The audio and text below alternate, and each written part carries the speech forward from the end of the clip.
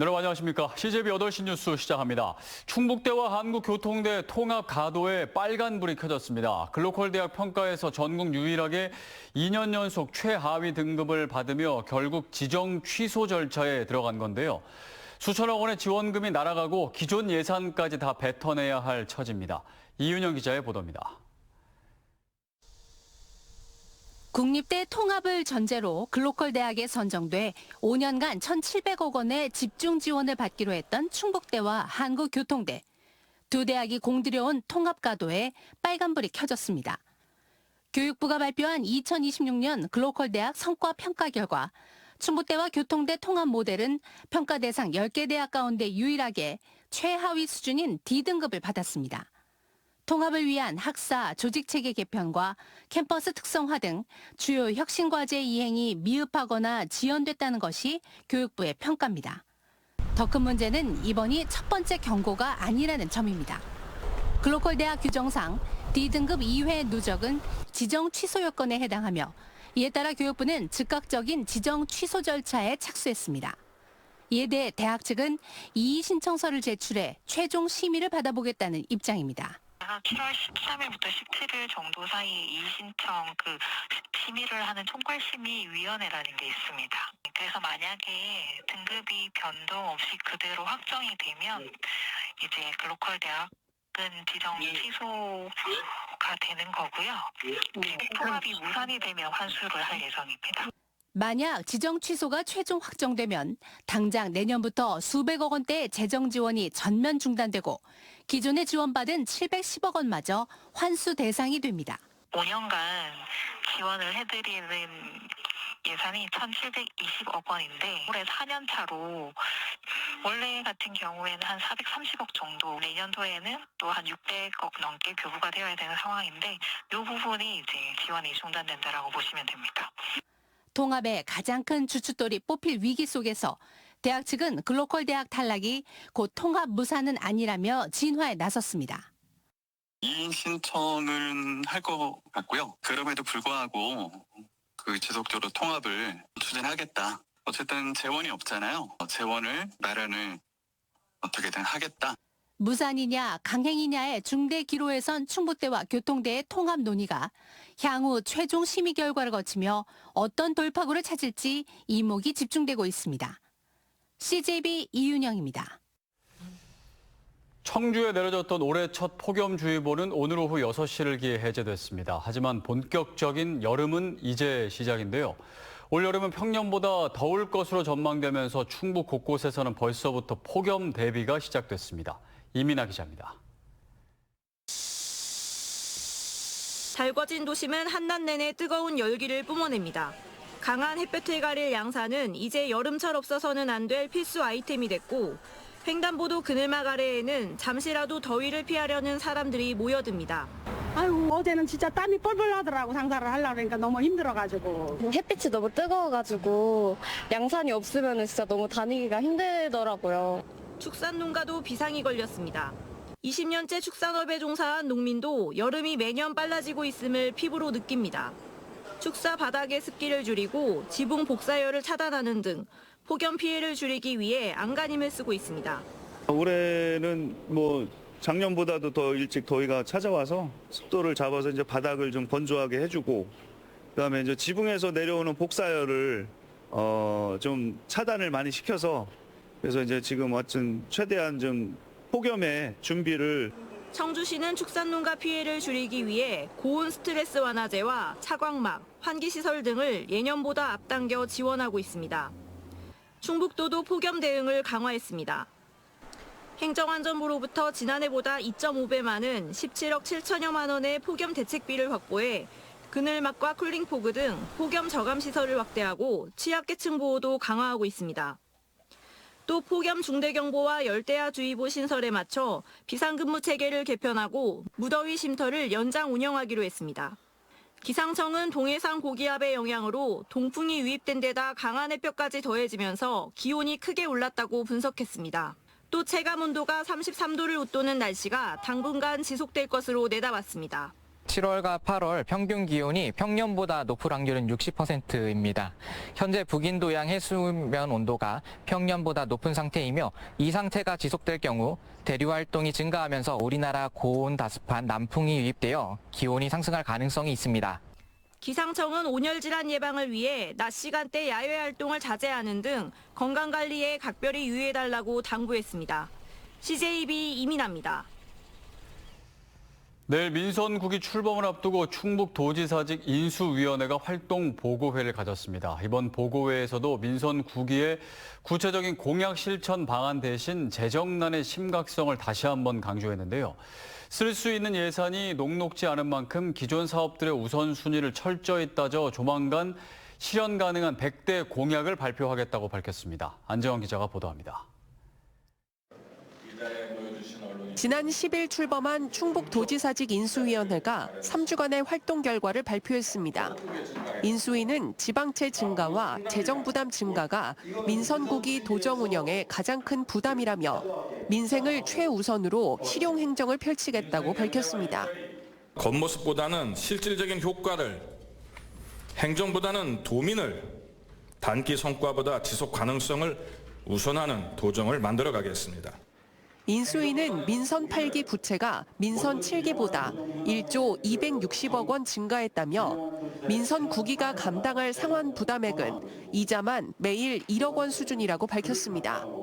이어 도청 청사 업사이클링 852억 원, 일하는 바퍼 143억 원 등 자체 사업에 도비를 과도하게 투입한 것을 재정 악화의 원인으로 진단했습니다.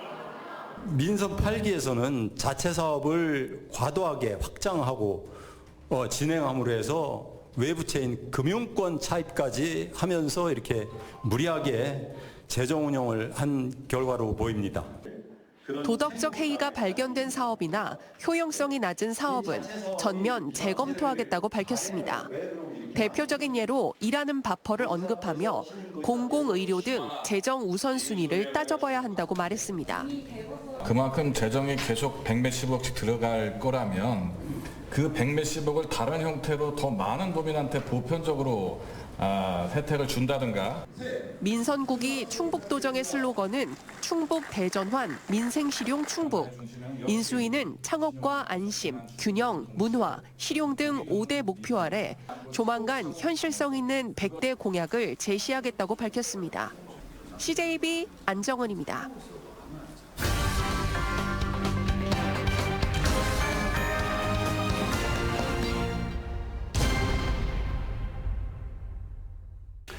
이슈인 초대서 오늘은 22대 국회 후반기 야당목 부의장에 선출된 국민의힘 박덕흠 의원 모시고 이야기 나눠보겠습니다.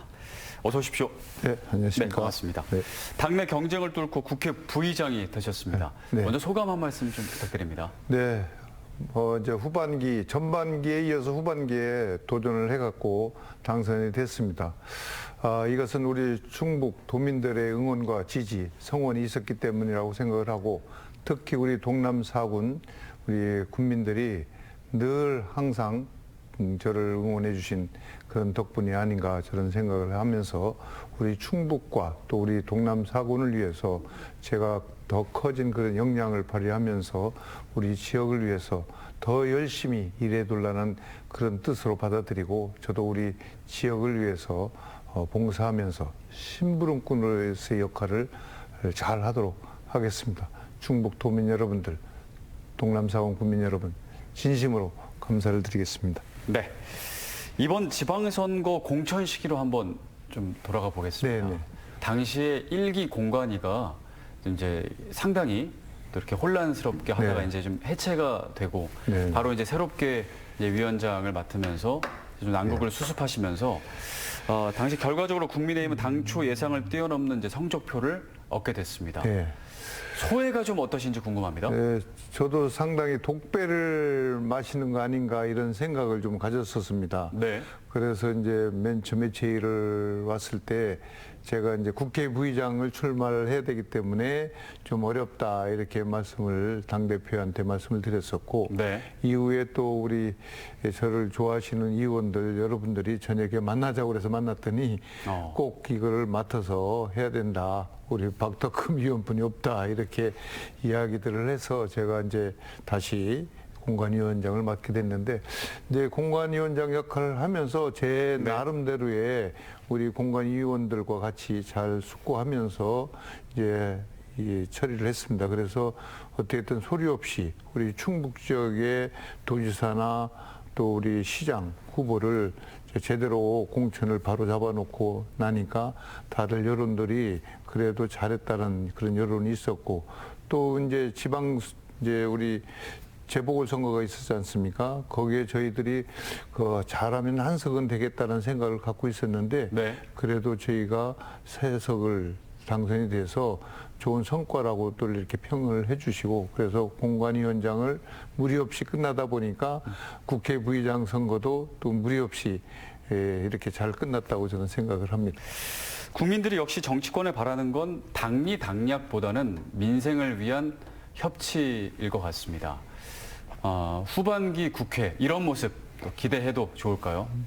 네, 나름대로 지금 뭐 우리 국회의장님하고도 이제 소통을 계속적으로 지금 하고 있습니다. 지금 상임위 문제가 국회에서 이제 심각하게 이제 서로 대립되고 있는데 그 부분에 있어도 저도 이제 역할을 의장단으로서의 역할을 하려고 우리 쪽 이견과 또 이제 민주당 이견 이런 걸 절충을 하려고 어제도 이제 의장님 잠깐 뵙고 그런 의견을 전달을 하고 이렇게 하고 있는데 어떻게든 저는 인사말에서 제가 당선된 인사말에서 제가 민생 안정, 경제 회복에 저희가 주력을 하겠다. 그리고 화합화 통합하는 데 제가 앞장서서 이 일을 해결하는 데 앞장서겠다 이렇게 얘기를 했거든요. 네. 지금 이제 고금리 또 고환율 또 고물가에 상당한 국민들이 고통을 받고 있기 때문에 이런 부분도 저희가 국회에서 잘 처리해서 국민들 민생에 도움이 될 수 있는 방안을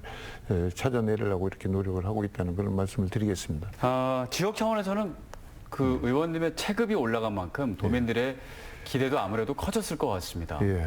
앞으로의 어떤 그 정치적인 진로라든지 충북 발전을 위한 역할 어떻게 좀 생각하고 계십니까? 우선 제가 국회 부의장으로서의 역할을 하면서 그 역할이라는 것은 우선적으로 저희 동남 4군을 위해서고 그다음에 충북도를 위해서 역할이고 그다음에 대한민국 우리 국가를 위해서 그 역할을 해야 된다고 생각을 합니다. 사업들이 지금 여러 가지들이 진행되고 있는데 그런 부분도 제가 민감하게 지금 다 터치를 하면서 지금 지켜보고 또 할 수 있는 역할을 하고 있습니다. 그래서 하나하나 이렇게 챙기면서 가면은 이제 아마 저에 대한 그 도민들이나 우리 동남사원 국민들이 바라보는 시각이 좀 틀려지지 않을까. 그 전보다는 그래도 무게가 있다, 힘이 있다 이런 것을 느낄 수 있도록 제가 역할을 하려고 하고 있습니다. 네. 예. 부담도 많이 되십니까? 부담이 되죠, 사실은. 왜냐하면 사실 본전은 찾아야 되잖아요. 국회 부의장 됐으니까 그래도 역할을 제대로 한다는 소리를 들어야만 된다는 그런 중압감이 좀 있습니다. 예. 네, 알겠습니다. 마지막으로 도민 여러분께 한 말씀 해주시고 오늘 마무리하겠습니다. 네, CJB 시청자 여러분 그리고 우리 충북도민 여러분 동남사원 국민 여러분 저는 국회 부의장이 제가 부의장이라고 생각을 안 하고 있습니다. 우리 충북도민이나 동남사군 국민들이 국회 부의장이라는 생각을 하고 있습니다. 어떻게든 저를 뽑아주셨기 때문에 제가 이 자리에 있고 또 부의장 역할을 하는데 저는 부의장을 제가 본인이 아니다. 우리 도민들이 부의장이다. 저는 부의장 심부름꾼이다. 이렇게 생각을 하고 있습니다. 그래서 제 역할에 맞는 부의장으로서의 역할을 충실하게 수행하는 것이 제가 도리라고 생각을 하고 더 낮은 자세로 우리 국민들의 목소리를 듣고 의견을 듣고 해서 우리 국민들이 편안하게 살 수 있도록 최선의 노력을 다하고 또 실망시키지 않도록 최선의 노력을 다하겠다는 약속을 드리겠습니다. 감사합니다. 네, 지금까지 박덕흠 국회 부의장이었습니다. 오늘 말씀 감사드립니다. 네, 고맙습니다.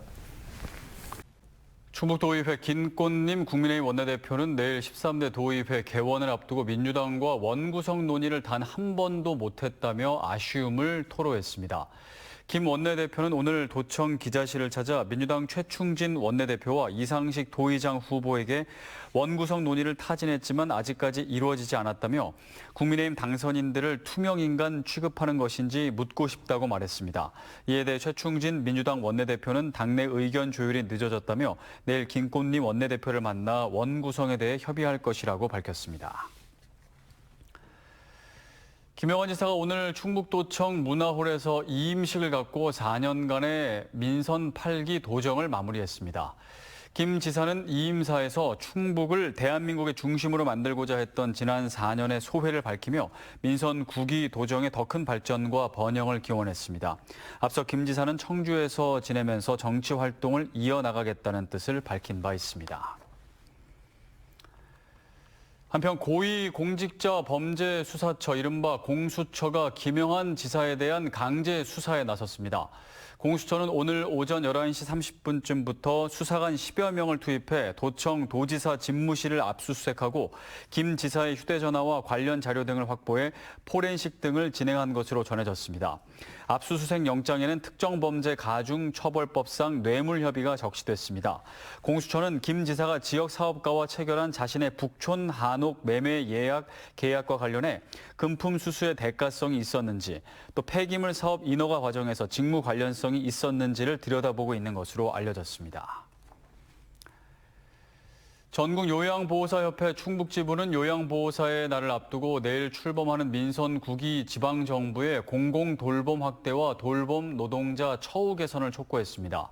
이들은 도청 브리핑룸에서 기자회견을 열고 지난해 요양보호사 처우 개선 정책이 충청북도와 청주시 조례에 담겼지만 예산은 책정되지 않았다며 복지수당 예산을 반드시 배정해야 한다고 주장했습니다. 또 지방정부가 주도해 돌봄 노동에 대한 사회적 인식을 개선하고 장기 요양요원 지원센터의 위상을 강화해야 한다고 강조했습니다. CJB 청주방송 기술국 이진호 팀장이 한국방송기술인연합회가 주관하는 2026 방송기술인상 수상자로 선정됐습니다. 이진호 팀장은 지역방송 환경에 맞는 기술 운용과 현장 중심의 문제 해결을 통해 방송 품질 향상과 송출 안정성을 확보에 기여한 점을 높이 평가받았습니다.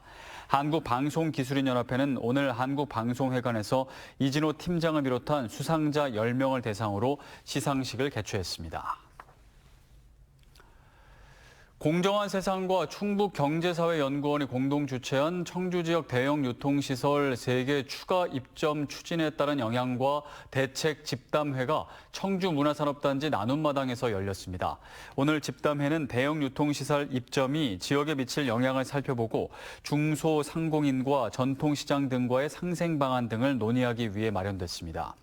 공정한 세상 측은 상생 방안 등을 청주시장직 인수위원회에 전달해 시정에 반영되도록 할 예정입니다. 충북사회복지공동모금회는 다음 달 말까지 베네수엘라 지진 피해 지원 특별 모금을 실시합니다. 베네수엘라 정부의 발표에 따르면 지난 24일 발생한 강진으로 1,450명이 사망하고 12,000명이 넘는 이재민이 발생했습니다. 특별 모금은 충북 모금회 전용 계좌로 참여할 수 있으며 법정 기부금으로 인정됩니다. 청주 상당경찰서는 충북 모범운전자연합회와 안전한 귀갓길 확보를 위한 업무 협약을 체결했습니다. 이번 협약에 따라 300여 명의 택시 운전자가 심야 시간대 골목길이나 방범시설이 부족한 곳에서 내리는 승객들이 건물 내부로 진입할 때까지 전조등을 비추며 보호합니다. 또 운행 중 범죄 의심 등 이상 징후를 발견하면 즉시 112에 신고하는 감시망 역할을 수행합니다. 청주시가 청주시 담배 소매인 지정 기준 등에 관한 규칙을 전부 개정하고 시행에 들어갔습니다. 개정안에는 국가유공자, 장애인 우선 지정 대상자의 명의를 빌려 신청하거나 위치 변경 제도를 이용한 편법적인 양도, 양수 사례를 차단하기 위해 1공고 1신청 원칙을 도입했습니다. 또 담배 소매인이 가게 위치를 옮길 경우 별도의 공고 절차를 거쳐 새로운 소매인을 지정하도록 하는 내용도 포함됐습니다. 이상으로 CJB 8시 뉴스를 모두 마칩니다. 함께해 주신 여러분 고맙습니다.